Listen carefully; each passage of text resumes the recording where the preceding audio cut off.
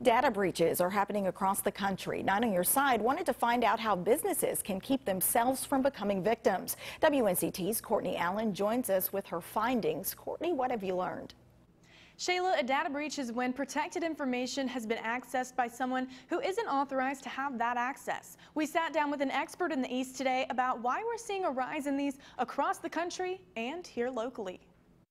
Delta, Sears, Saks Fifth Avenue, and Lord & Taylor are just the most recent companies hit by data breaches. It's definitely become more commonplace in the past few years because we're all so connected, and all the data these days is on the networks and in the cloud, so it's a lot more accessible to hackers. Those hackers are after everything from your identity, credit card information, logins, and more. Anything that could be of value to sell or use against them. But it isn't just large corporations that are affected. Joseph Martin of Carolina IT Group in Greenville says people are getting attacked more now than ever. In the past we may have gotten, a few calls a year. Now we're getting probably a couple calls or more a month. Martin says small businesses are the most at risk. They don't have the budgets typically to put the protections in place, and they're easier access. A lot of companies that we've seen and heard of, some have actually gone out of business either because they couldn't recover from being the data loss or just the trust factor of customers just stopped coming to them because they didn't trust them. To prevent losing your data and customers, he says it's important to seek professional assistance.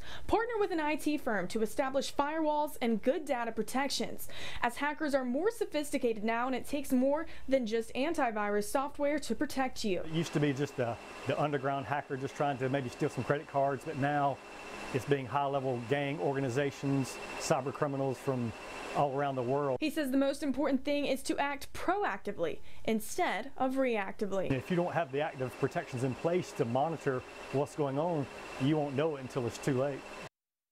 Martin says it really is the responsibility of the company to keep from getting their customers' data compromised, but consumers can do their part by actively monitoring their credit. Courtney Allen, 9 on Your Side. Thank you, Courtney. In the wake of